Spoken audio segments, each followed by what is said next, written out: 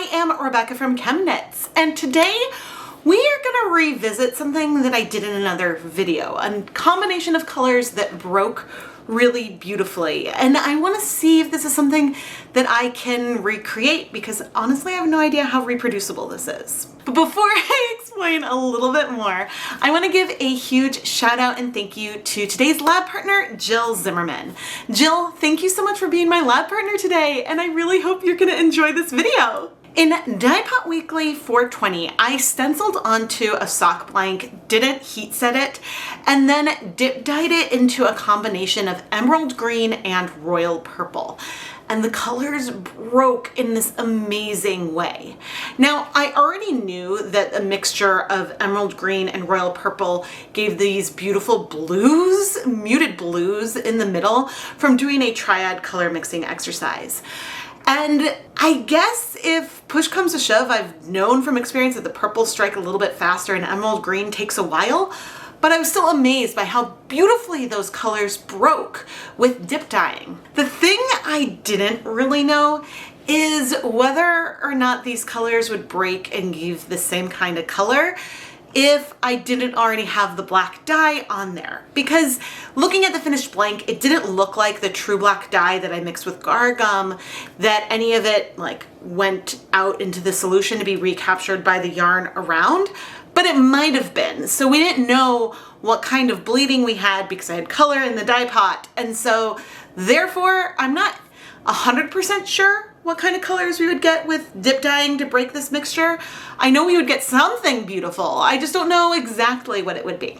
So we're gonna try this today. But to get started, I'm gonna need to go make some stock solutions of our emerald green and royal purple acid dyes. I'm gonna go put on my deluxe rubber respirator mask, safety glasses, and gloves, so that way I can make some stock solutions of these dyes, and I always wear this personal safety equipment whenever I am working with dry dye powders. I feel like there have been many videos using these two colors in early 2023, mainly because when I did the triad color mixing, I had a lot of them left over, and so I used them in a lot of different projects. So when mixing my dye stocks today, I knew that I didn't need a lot of the dye. I think I used 5 milliliters of emerald to 10 milliliters of purple in Dyepot Weekly 420. But there I was dip dyeing a sock blank, which does absorb color a little bit slower, so we might need to modify our conditions and do a couple rounds of this.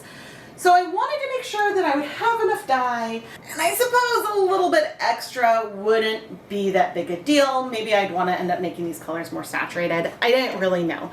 So I measured out 2 grams of the emerald green and royal purple acid dye, dissolved them in hot tap water, and brought the total volume of dye up to 200 milliliters.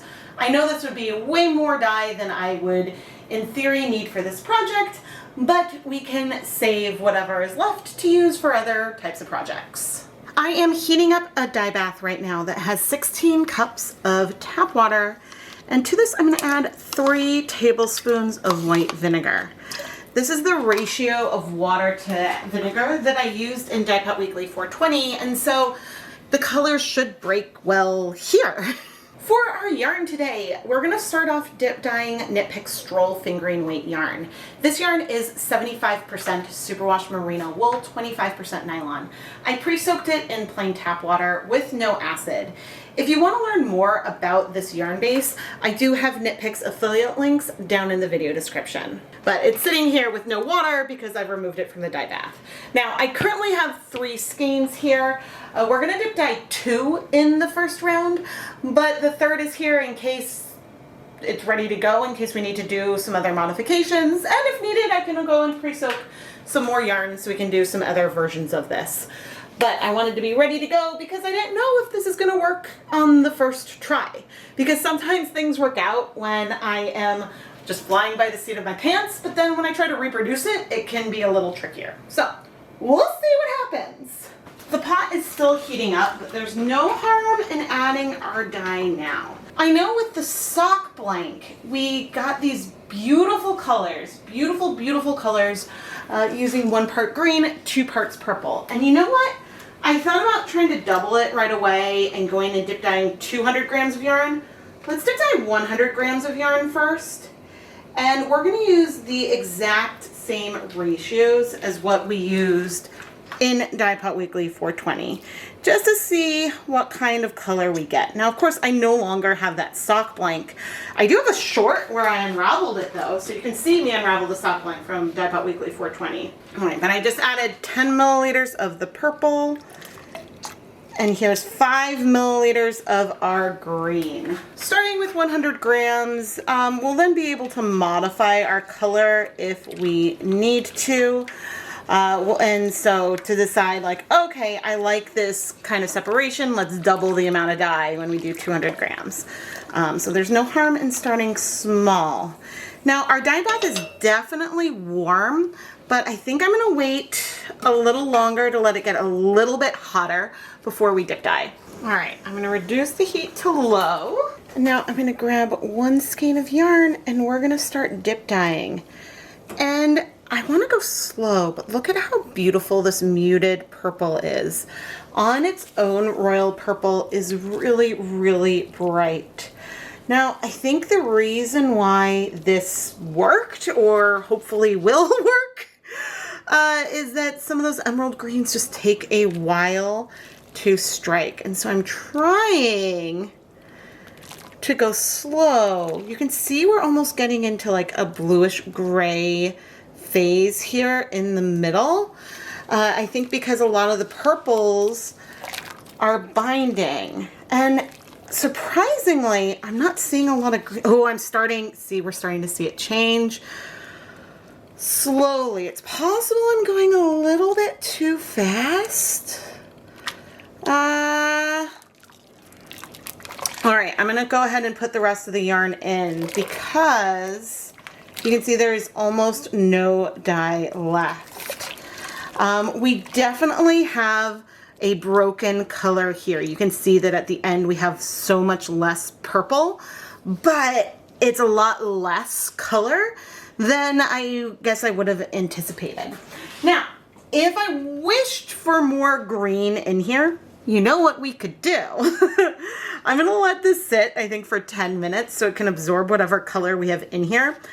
But we can then add a little bit more green and sort of dip dye in again, which wouldn't give us a broken color, but could help get a little bit more pigment here at the end. Sure, this means that this isn't conclusive as a colorway when we look at the finished dry yarn, but it is a way to show, hey, I wish that this had a hint more green in it. And we're gonna modify the recipe to dip dye more yarn, but I figured why not show how you can edit a color as you go along, especially if you have a test skein here. But anyway, I'll be back in 10 minutes. Okay, it hasn't been 10 minutes or anywhere close. It's been 2 minutes since I left, but we're getting this gorgeous like minty color at the lightest end, and it's making me no longer want to edit it. I love this so much. Isn't it sad that I'm sad? Okay, I don't think I'm gonna want to edit this one anymore, but you know what? It's okay to change my mind. It's okay to change my mind because there's more pigment there than I thought. We'll remove the yarn and then we'll decide, but we'll remove it up when the next 8 minutes are up, decide if we're gonna let it stay in here to finish setting the color or what. But I'm just amused by my indecision today. All right, it has been 10 minutes, and what is going on with that strand? Strand of the dark got stuck. There we go. But look at this beautiful mint color that we have. Oh my gosh. At first I thought it was going to be white at the top, but it broke. It's beautiful. We're definitely, I think, going to go bigger on the next round because I think I want just to pump up the volume on everything. But the fact that we had more green at the end makes me really, really happy. So I'm going to go ahead and let this heat for 20 more minutes to finish setting this color. And then we'll dip dye in our next round. But yeah, I guess it goes to show you can edit a color, but sometimes it's worth waiting a little bit to see what happens. And I'm so glad I waited before adding more dye because this is what happened on the sock blank. I don't think it was the black coming into it. I mean, maybe a hint, but this is gorgeous. All right. Oh, look at that color. That is like a perfect mint green. I remember when I did the mint chocolate chip ice cream, I think I was using Spearmint Breeze, but emerald green pastel with a hint of, I guess, some remnant purple gives a lovely color. This is gorgeous. But now let's go a little more intense. This time we're going to be dyeing 200 grams of yarn, so the increase isn't necessarily as big as it seems. It's probably about 3 times as much of the dye total. I just added 30 milliliters of our emerald green, and we're gonna do 60 milliliters of our royal purple. That was 30. And that is 60. All right, and I'm gonna turn up the heat a little bit to make this warmer. And we're gonna stir things up before we get ready to dip dye. Now, I'm not adding any additional acid. We have technically diluted it a little bit because we just added, I guess, 90 milliliters of liquid. We added 15 milliliters of liquid total, but that amount of liquid compared to 16 cups of water isn't really that big.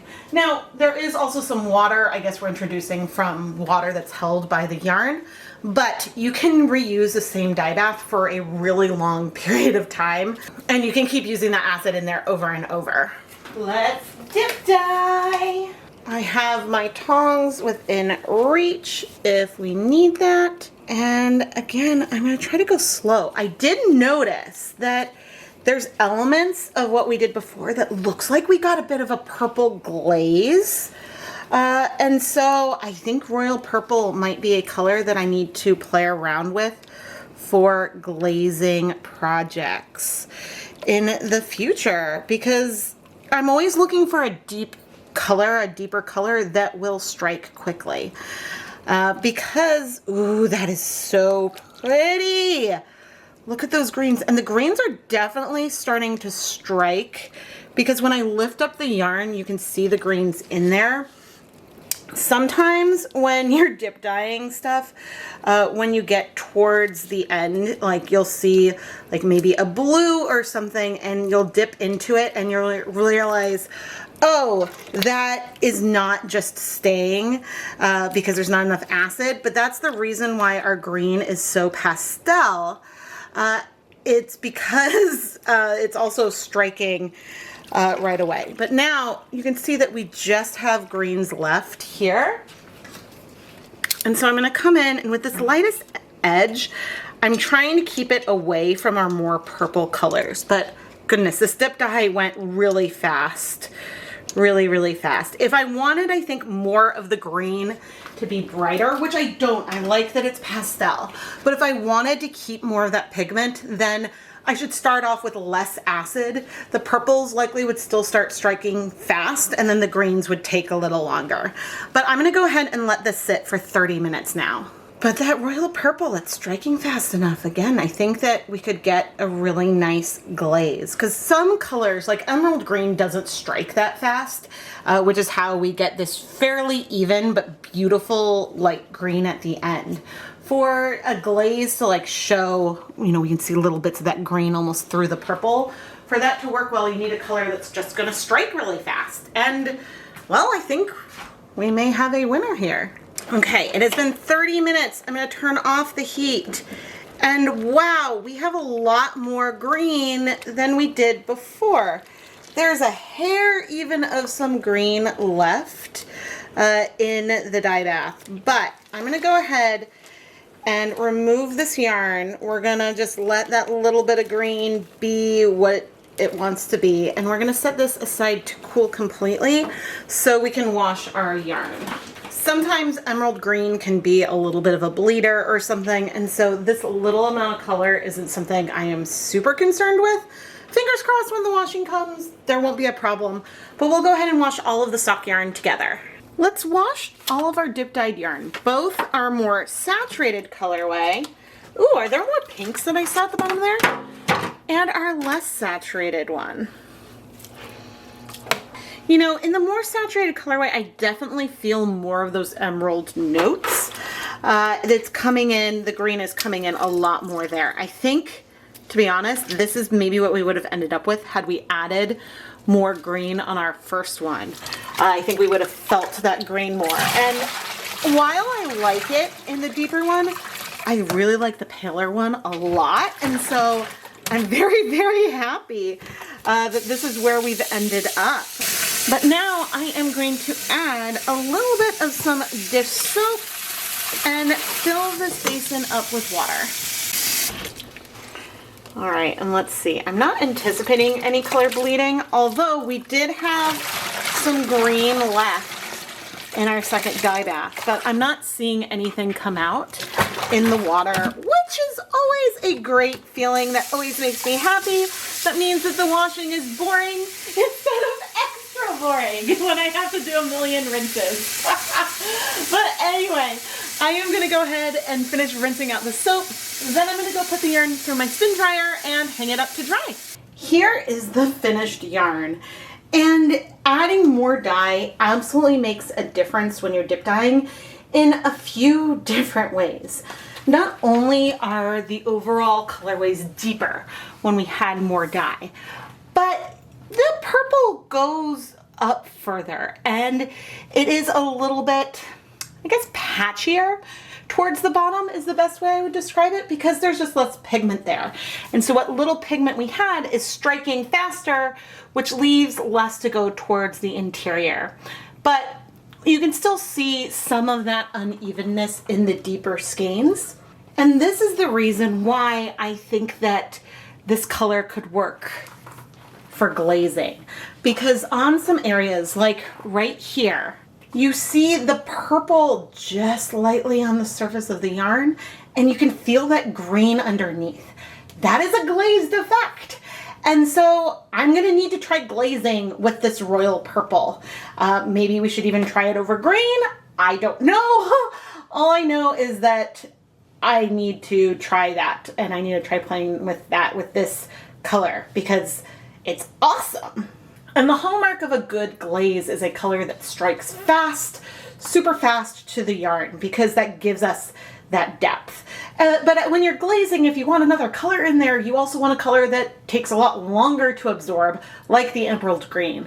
And so, ooh, can you imagine combining emerald green with navy for a glaze? Ooh, that would be so pretty. But I digress. I know I've had a number of videos with royal purple and emerald green come out so far in 2023, and I hope you're not sick of it, because we have used a lot of different types of techniques. But I'm so excited that I gave this another shot and that this worked on yarn, just like in the blank from the previous video. Jill Zimmerman, thank you so much for being my lab partner in today's episode of Dyepot Weekly. I really hope that you've enjoyed this project and that you're gonna love your yarn. If you wanna learn how you can become a lab partner and get shout outs in an episode of Dyepot Weekly, go and check out the listing in the ChemKnits Creations Etsy shop. It'll be linked down in the video description. And Jill, thank you again for being my lab partner. Earlier in today's video, there was a moment where I thought I wanted more green in a color that broke, and so I was going to dip dye our yarn in the same way, but in a color a second time.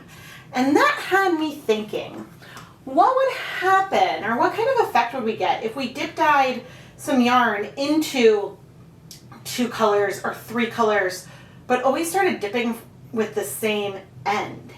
This would be different from color breaking, because depending on how slow or fast I dipped the yarn in, the colors would bind on different sections. This would be a lot more like layering tonals, but at the same time it would also be different from that. And I don't think that's something I've done before, at least not on full skeins. I may have done that in like however many different ways I can think of to dip dye yarn into multiple colors. I did a video on that many years ago, but I think that this is something that I am going to need to try, because I think we could get something really, really cool. And you would also have a little bit more control over it, because when a color mixture breaks, sometimes you go too fast and then you lose whatever breaking you saw because the first color spreads too much in the end.